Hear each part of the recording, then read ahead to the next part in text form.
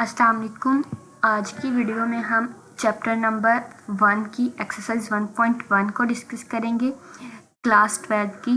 तो हमने question number 1 और क्वेश्चन नंबर 2 ऑलरेडी पिछली वीडियोस में डिस्कस कर चुके हैं। आज हम करेंगे क्वेश्चन नंबर 3 को। ठीक है, क्वेश्चन नंबर 3 में क्या है, express the following the parameter P of square as a function of its area. ठीक है, हमारे पास क्या है कि स्क्वायर का पैरामीटर बताना है। ठीक है, लेकिन फंक्शन हमारे पास एरिया में हो। पैरामीटर ऑफ स्क्वायर क्या होता है हमारे पास, यानी कि सम ऑफ इट्स फोर साइड्स। ठीक है, पैरामीटर ऑफ स्क्वायर क्या है, सम ऑफ इट्स फोर साइड्स। और हमारे पास फंक्शन में क्या होना चाहिए, एरिया। जैसे हमने पीछे पढ़ा है कि हमारे पास function y is equal to F of X होता है, तो हमारे पास वो फंक्शन किस में एक्सप्रेस होता है, x में। लेकिन यहाँ हमारे पास कंडीशन क्या है कि फंक्शन को हमने एरिया में डिस्कस करना है। ठीक है, एक्सप्रेस करना है। तो हमारे पास एक स्क्वायर है, स्क्वायर की ये फोर साइड्स हैं। ठीक है, ये हमारे पास इसकी लेंथ है और विड्थ, लेकिन एरिया की हमारे पास सेम होती हैं। ठीक है, ये हमने बता देना है कि लेंथ और इसकी विड्थ ये आ गई हैं। इनका पैरामीटर फाइंड करेंगे। पहले हमें पैरामीटर फाइंड करने का कहा है, तो वो फाइंड करेंगे। तो वो सम ऑफ इट्स फोर साइड्स हो गया। ठीक है, तो ये हमारे पास क्या आ जाएगा, 4x हो गया। अब नेक्स्ट कंडीशन हमारे पास क्या है कि फंक्शन को हमने एरिया में एक्सप्रेस करना है। तो एरिया का हमारे पास फार्मूला क्या होता है, area is equal to x का स्क्वायर। ठीक है, तो हमारे पास जब इसको किया, x की जगह पे a लाना है हमने, यानी कि फंक्शन एरिया में होना चाहिए। ठीक है, तो x की वैल्यू फाइंड करने के लिए हमने यहाँ पे स्क्वायर रूट लेंगे, तो x is equal to square root a आ जाएगा। ठीक है, जब x की वैल्यू हमारे पास स्क्वायर रूट a आ गई, तो वो हम पैरामीटर में पुट कर देंगे। तो हमारे पास ये क्या आ जाएगा, parameter is equal to 4 square root a। ठीक है, इस तरह हम इसको फर्स्ट पार्ट सॉल्व करेंगे। नेक्स्ट हम सेकंड पार्ट की तरफ।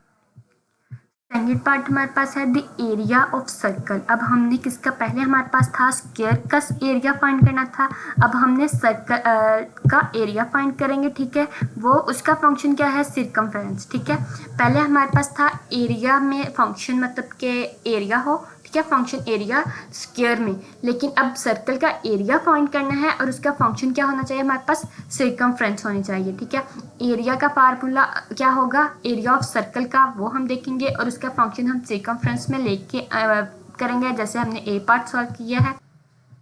Area of a circle is equal to A is equal to pi R square. ठीक है, अब हमारे पास एरिया इस सर्कल का क्या है, पाई आर स्क्वायर। और सर्कमफ्रेंस का फार्मूला क्या होता है, इनके सर्कमफ्रेंस ऑफ सर्कल हमारे पास होता है C is equal to 2 pi R. ठीक है, अब हमारे पास यहाँ पे क्या है, A is equal to pi R square. इसका फंक्शन जो आर है, इसकी वैल्यू हम सर्कमफ्रेंस से निकालेंगे, जिससे हमारे पास ये सी आ जाएगा। ठीक है, तो हम इसकी जब एरिया में पुट कर देंगे, तो हमारे पास फंक्शन इसका क्या हो जाएगा, सर्कमफ्रेंस में आ जाएगा और एरिया ऑफ सर्कल भी आ जाएगा। हमारे पास ये 2 पाई यहाँ आर से मल्टीप्लाई हो रहा है, तो ये सी से डिवाइड हो जाएगा। ठीक है, आर की वैल्यू हमारे पास क्या आ गई, R is equal to C over 2 pi. अब हम इक्वेशन नंबर 1 में पुट करेंगे। तो जब इक्वेशन नंबर 1 में पुट किया, A is equal to C square over 2 pi. ठीक है, तो ये pi C square over 4 pi square. ठीक है, अब ये वाला पाई और ये स्क्वायर से कैंसिल हो जाएगा। ठीक है, तो पीछे क्या हमारे पास रह जाएगा, remaining part is A is equal to C square 4 pi. ठीक है, ये हमारे पास क्या आ जाएगा, एरिया ऑफ अ सर्कल। और फंक्शन किस में आया है, सर्कमफ्रेंस में। ठीक है, जैसे हमारे पास y is equal to F of X था, तो फंक्शन हमारे पास क्या था, x। तो यहाँ पे हमारे पास फंक्शन क्या आया है, सी स्क्वायर, यानी कि सर्कमफ्रेंस, जो हमारे पास गिवन था। तो नेक्स्ट क्वेश्चन है हमारे पास, थर्ड पार्ट है the volume of a cube. ठीक है, पहले हमने एरिया था और अब हमारे पास है वॉल्यूम ऑफ अ क्यूब। और फंक्शन इसमें हमारे पास क्या होना चाहिए, एरिया ऑफ इट्स बेस। यानी कि जिस तरह पहले हम एरिया का फंक्शन सर्कमफ्रेंस में लेके आए थे, वैसे ही अब हमने क्यूब का वॉल्यूम फाइंड करना है और फंक्शन हमारे पास क्या होना चाहिए, एरिया ऑफ इट्स बेस। ठीक है, तो इसका सोल्यूशन देखते हैं। वॉल्यूम ऑफ अ क्यूब हमारे पास क्या होता है, v is equal to X cube.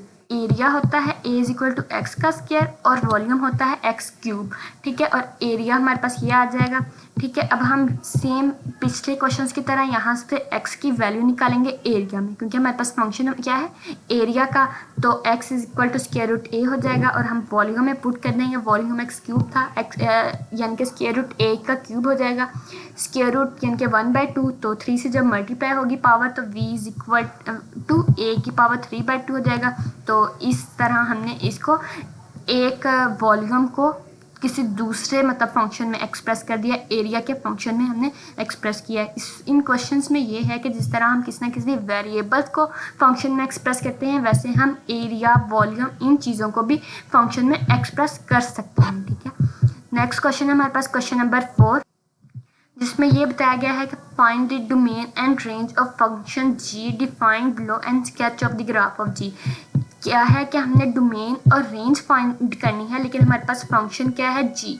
पहले हमने फंक्शन एफ पढ़ते रहे हैं, अब हमने फंक्शन जी पढ़ना है। ठीक है, और इसमें क्या है कि स्केच करना है ग्राफ, यानी कि जो हमारे पास वैल्यूज़ आएंगी डोमेन और रेंज की, तो हमने उनसे स्केचिंग करनी है, ग्राफ बनाना है। ठीक है, फर्स्ट क्वेश्चन हमारे पास क्या है, G of X is equal to 2x minus 5।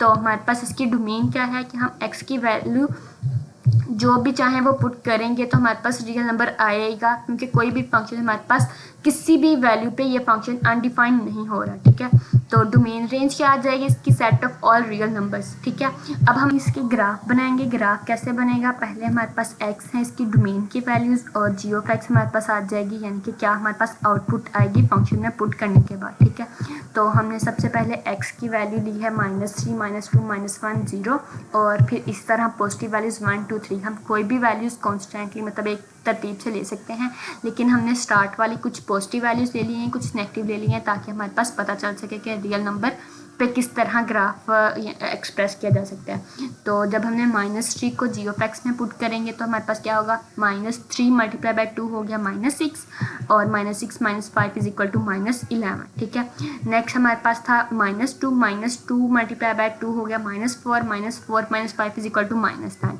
Next हमने -1 की डोमेन पुट की तो हो गया -2 और -5 -7, 0 पुट किया -5 आ गया हमारे पास। ठीक है, फिर हमने 1 पुट किया तो 5 - 2 हुआ -3। ठीक है, 4 - 5 -1 आएगा, और 3 to 6 - 6 - 5 इज इक्वल टू 1। अब हमने x और y की वैल्यू ग्राफ में यहाँ पे देखेंगे। सबसे पहले क्या है, -3 और -7, -3 ये आ गया। ठीक है, और फिर हमारे पास 11 था। ठीक है, ये यहाँ पे 3 और 11 पे नंबर पे ये बनेगा पॉइंट। ठीक है, फिर नेक्स्ट हमारे पास -2, और ये हमारे पास है -2, और इधर है -9। ठीक है, ये नीचे जाके बनेगा इसका भी। तो ये इस तरह हमने ग्राफ बनाएंगे, पॉजिटिव नंबर्स के पॉजिटिव पे ड्रा कर लेंगे और नेगेटिव के नेगेटिव पे। तो ये एक स्ट्रेट लाइन बन रही है, जिससे हमारे पास क्या है कि फंक्शन की हमारे पास वैसे भी स्ट्रेट लाइन बनती है, और कोई ना कोई एक पॉइंट पे मतलब कि टच हो तो वो हमारे पास फंक्शन होता है। नेक्स्ट को देख लेते हैं। नेक्स्ट क्वेश्चन है G of X is equal to x² - 4 square root. ठीक है, इसमें हमारे पास है कि कहाँ पे फंक्शन अनडिफाइंड होगा। जब हमारे पास ये स्क्वायर रूट है, तो स्क्वायर रूट में जब हमारे पास नेगेटिव वैल्यूज़ आएंगी तो वो हमारे पास रियल पार्ट नहीं आएगा, इमेजिनरी आएगा। इसलिए यहाँ पे कंडीशन होगी कि यहाँ पे फंक्शन अनडिफाइंड हो सकता है। अब देखेंगे कहाँ पे होगा। हमारे पास रियल नंबर -2 और 2 के अलावा मतलब कि जो इसके दरमियान में नंबर्स आएंगे ना, वहाँ पे ये फंक्शन अनडिफाइंड हो सकता है। देख लेते हैं कैसे हो सकता है। जब हमने यहाँ पे 1 पुट किया, 1 का स्क्वायर क्या होगा, 1 - 4 किया तो -3 आएगा। तो -3 का स्क्वायर रूट हमारे पास क्या है, ये हमें यहाँ पे फंक्शन अनडिफाइंड होगा। ठीक है, और अगर हम 2 का स्क्वायर करें तो 2 का स्क्वायर 4, 4 - 4 0 आ जाएगा। ठीक है, तो रेंज में हमारे पास क्या है, ये है कि 0 भी इंक्लूड होगा। ठीक है, फिर हमारे पास है कि -2 और 2 के दरमियान में जो हमारे पास नंबर्स हैं उन पे फंक्शन हमारे पास अनडिफाइंड होगा। ये हमारे पास डोमेन हो जाएगी, और 0 पे करेंगे तो वो भी -4 स्क्वायर रूट 0 -1 1 और ये आएंगे इसके डोमेन में। इनके अलावा बाकी सारे रियल नंबर्स हमारे पास क्या है, इसकी डोमेन में है। और रेंज में हमारे पास क्या है, 0 से पॉजिटिव इन्फिनिटी है, क्योंकि नेगेटिव इन्फिनिटी नहीं आएगी, स्क्वायर रूट है। तो जब स्क्वायर तो पॉजिटिव नंबर्स का ही होगा ना, स्क्वायर रूट सॉरी। तो इसी तरह अब हम इसका ग्राफ देखेंगे। ग्राफ में हमारे पास सबसे पहले है -4 की वैल्यू, और -3 -2 इनके नेगेटिव के कुछ नंबर्स ले लेंगे और कुछ पॉजिटिव के लेंगे। ये डोमेन ले ली हमने इसकी। ठीक है, -4 -3 -2 3 4 हमने कौन कौन से नहीं लिए हैं, 0 -1 और 1 नहीं लिए। तो यहाँ पे हमारे पास जी ऑफ एक्स में अब फंक्शन में वैल्यू पुट करेंगे x की। -4 का स्क्वायर किया तो हमारे पास क्या होगा, 16 -4 हमारे पास 12 हो जाएगा। तो ये हमारे पास इसकी वैल्यू आ जाएगी 12 को हम नेक्स्ट सिंप्लीफाई कर देंगे। ठीक है, और -3 का स्क्वायर क्या होगा, -3 का स्क्वायर 9 - 4 स्क्वायर रूट 5 हो गया। और 2 और -2 का तो हमें पता है कि स्क्वायर रूट 4 यानी कि स्क्वायर 4 होगा, 4 - 4 0 हो जाएगा। सेम इस तरह 3 और 4 और -2 और -4 की वैल्यूज़ भी हमारे पास सेम होंगी, क्योंकि हमारे पास ये स्क्वायर से माइनस निगलेक्ट हो जाएगा, ठीक है। तो इसका ग्राफ अब इसी तरह हम देख सकते हैं, ये हमारे पास क्या है, ये इस तरह कर्व्स बनेंगे, ठीक है। इस तरह हमें इनके ग्राफ्स बनाने हैं। बाकी क्वेश्चंस भी सेम इसी तरह हैं। हम नेक्स्ट क्वेश्चन नंबर 5 की तरफ अब चलते हैं। क्वेश्चन नंबर 5 में हमारे पास है f of x is equal to x³ minus ax का square plus b of x plus 1, ठीक है। ये हमारे पास फंक्शन है और इसमें हमारे पास है कि डिफरेंट डोमेन्स और रेंजेस डिफरेंट डोमेन पुट करेंगे 2 और -1, यानी कि x की और वैल्यूज़ देंगे और इनकी वैल्यूज़ क्या फाइंड करनी है, a और b की, यानी कि जो हमारे पास यहाँ पे कांस्टेंट a और b है इनकी वैल्यूज़ फाइंड करनी है, ठीक है। सबसे पहले हमारे पास f ऑफ 2 x की जगह पे 2 पुट करेंगे और f ऑफ 2 निकालेंगे, ठीक है। तो हमारे पास ये हमने x की वैल्यू 2 दे दी है इस इक्वेशन में, ठीक है। तो 2 का क्यूब माइनस a 2 का square plus b of 2 plus 1। तो f ऑफ 2 की वैल्यू हमारे पास यहाँ पे क्या थी, -3, तो वो भी हम यहाँ पे लिख देंगे, ठीक है।